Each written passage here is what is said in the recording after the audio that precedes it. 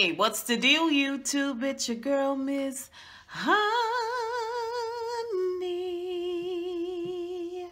Welcome back to the channel, you guys. It's your girl, Miss Honey, here for another review. This is Real Housewives of Atlanta, Season 11, Episode 14, Lost in Translation.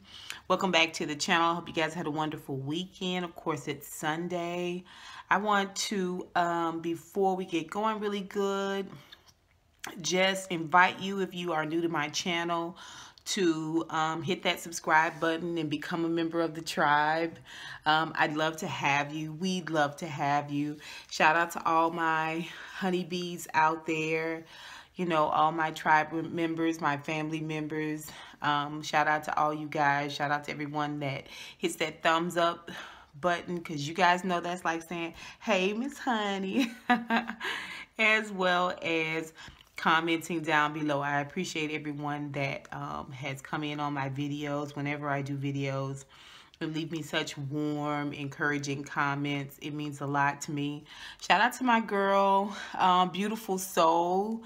A lot of you were sent over here by Beautiful Soul. I saw on her community post that she is 4,000 subscribers away from being at 50,000, which is huge. I'm so happy for her. She works really, really hard on her channel. If you are not familiar with Beautiful Soul, she does politics as well as celebrity news. She does a lot of social commentary in terms of what's going on within our culture, the climate with racism and injustice. She does a lot of that, updates, great on research. If you guys are not familiar with Beautiful Soul, if you're not already subscribed, if you're not already a Beautiful Soul, check her channel out. It's called Beautiful Soul Speaks. I promise you won't regret it, okay? So, the girls are still in Tokyo. Ugh. They are having a really, really good time. They have a couple events. All of the events that they've had where they've gotten on the bus and loaded up and gone places to experience some of the culture within Tokyo has been really, really fun. Let's talk about the girls real quick. Porsha in general is just doing great. Dennis sent her some flowers and Porsha really likes Dennis, and Dennis really seems to like Porsha. They're just so cute together. She also shares that she and Dennis discuss marriage. This is after she hears from Paul, who is Tanya's fiance, that Dennis told him that he was going to marry Porsha.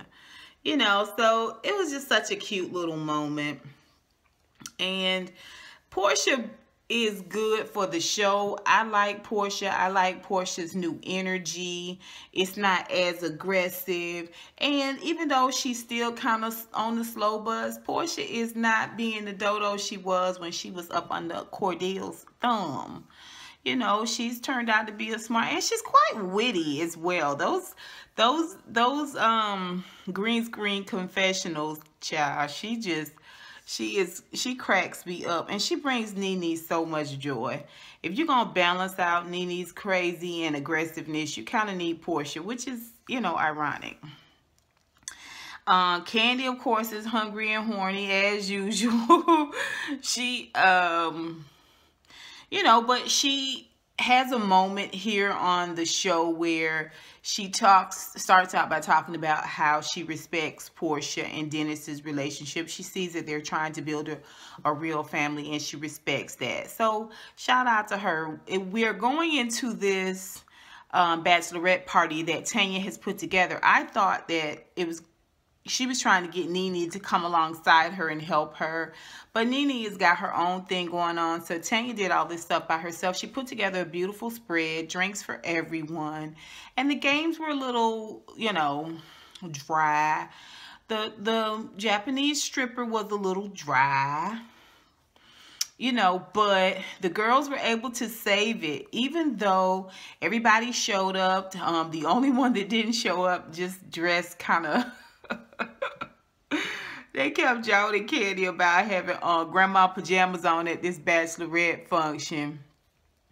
She said, I thought y'all said pajamas. I was like, still, girl, you bedroom Kandi. You having a dungeon party and you show up in pajamas with lapels. Like, what?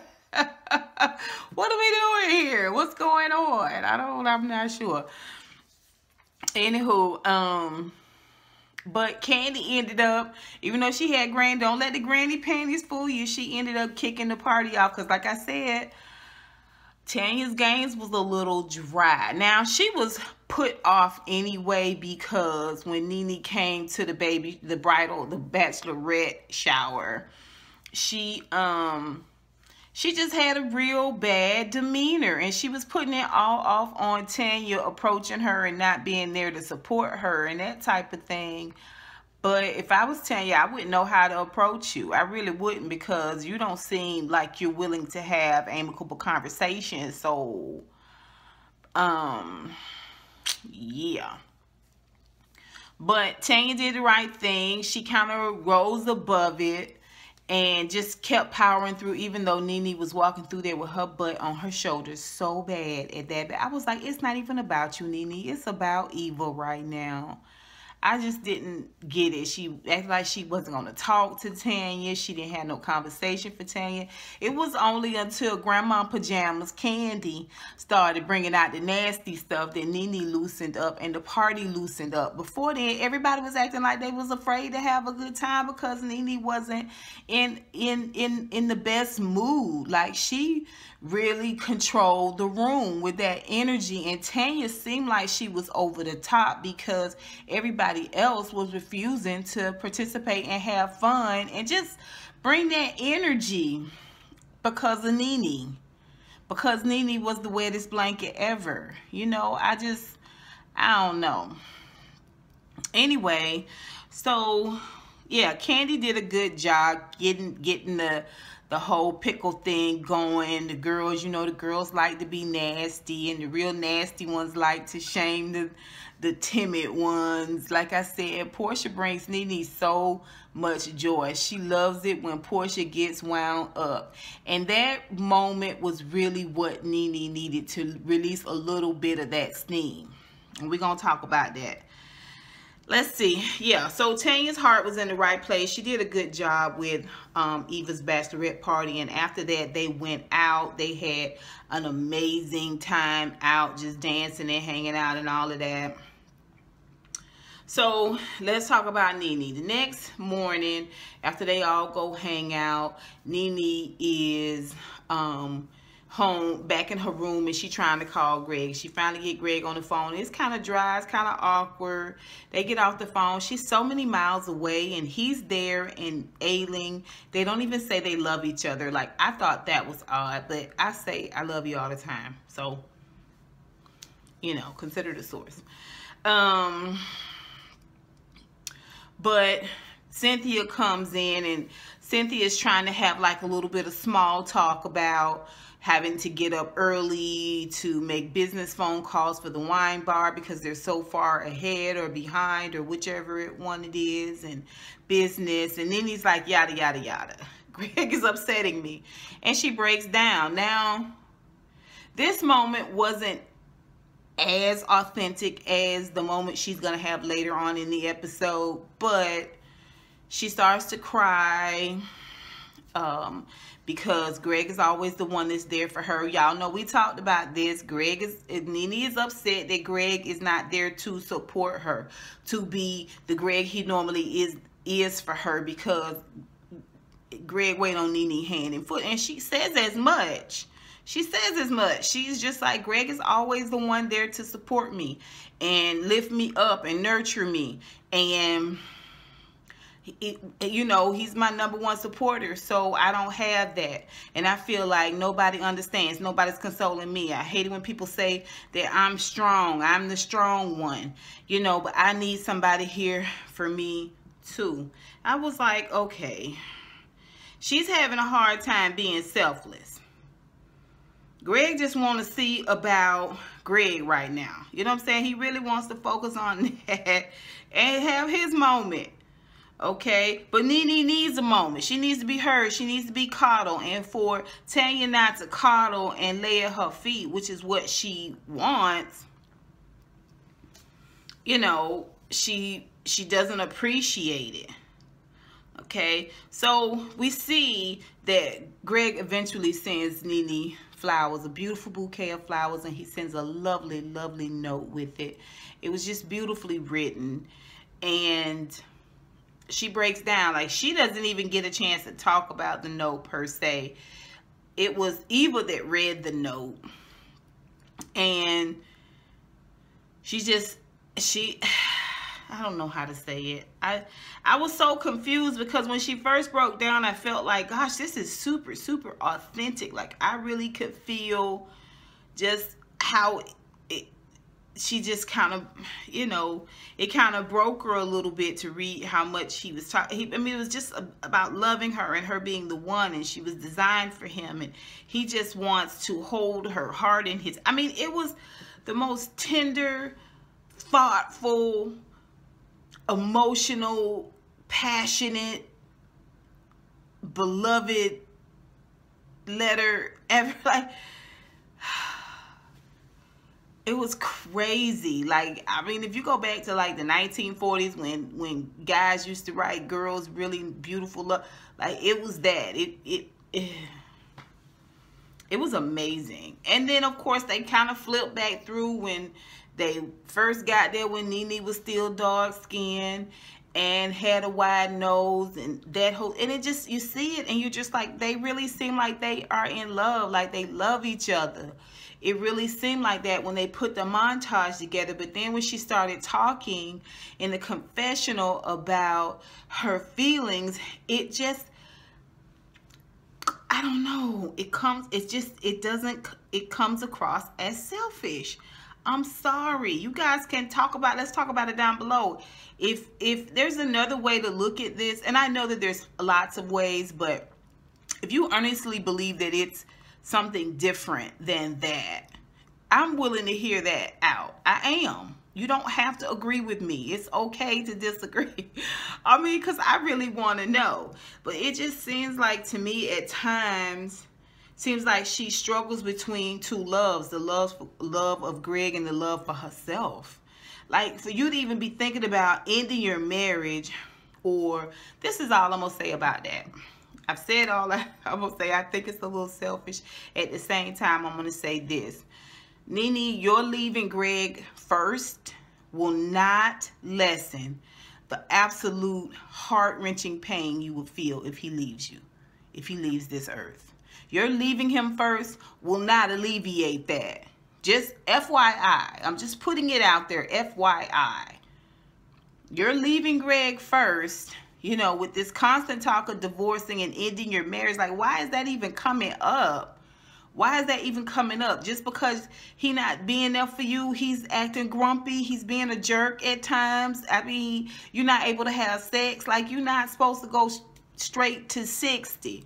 You know, you're supposed to be 0, 1, 2, 3, built up to 6. I just don't. Okay. Y'all tell me what y'all think about the whole Nene thing. Put it down below.